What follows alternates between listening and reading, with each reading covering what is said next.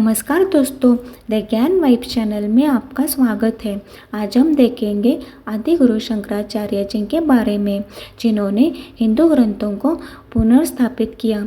हिंदुओं के सबसे बड़े धर्माचार्य आदि शंकराचार्य, जिनका जन्म 788 ईस्वी में वैशाख माह के शुक्ल पक्ष की पंचमी तिथि के दिन दक्षिण भारत के कालटी नामक गांव में नंबूदरी ब्राह्मण की कुल में हुआ था।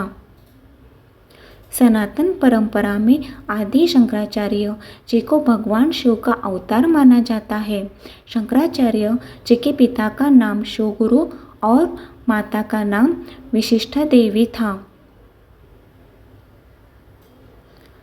शिवगुरु और विशिष्टा देवी बहुत सालों तक निसंतान थे। उन्होंने भगवान शिव की साधना की तो महादेव ने उन्हें सपने में आकर उनको दर्शन दिया। इसके बाद ब्राह्मण दंपति ने भगवान शंकर से ऐसे संतान की कामना की जो दीर्घायु भी हो और उसके प्रसिद्धि दूर दूर तक फैले। तब भगवान शिव ने कहा कि या तो तुम्हारी संतान दीर्घायु हो सकती है या फिर सर्वज्ञ।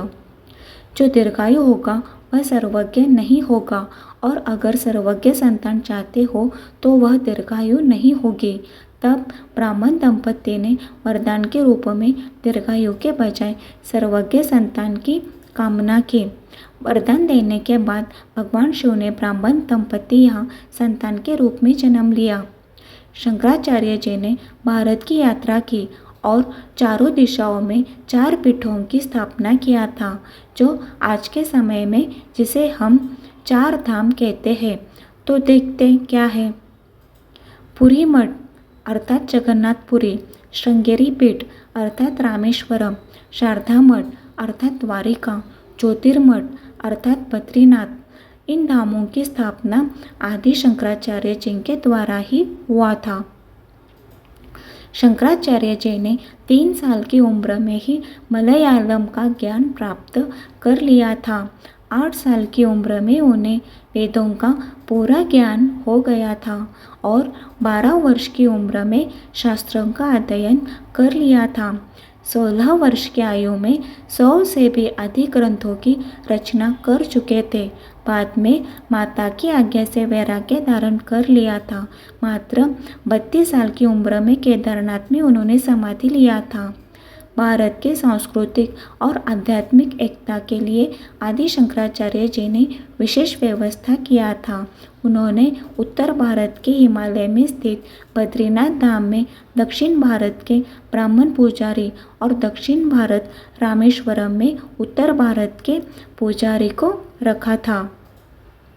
पूर्वी भारत के मंदिर में पश्चिम के पुजारी और पश्चिम भारत के मंदिर में पूर्वी भारत के ब्राह्मण पुजारी को रखा था, जिससे भारत चारों दिशाओं में आध्यात्मिक और सांस्कृतिक रूप से मजबूत रूप से एकता के सूत्र में बंध सके। आदि शंकराचार्य जी ने सभी को अद्वैत वेदांत के विश्वास और दर्शन के बारे में पढ़ाया था। सभी को उपनिषद, भगवद गीता और ब्राह्मण सूत्रों के प्राथमिक सिद्धांतों को सिखाने में उनकी महत्वपूर्ण भूमिका थी। उन्होंने हिंदू धर्म को पुनर्जीवित करने के लिए विभिन्न देशों की यात्रा की। शंकराचार्य जी का उपदेश: तीर्थ करने के लिए किसी स्थान पर जाने की ज़रूरत नहीं है। सबसे अच्छा और बड़ा तीर्थ आपका अपना मन है, जिसे विशेष रूप से शुद्ध किया गया हो। मोह से भरा हुआ इंसान एक सपने की तरह है।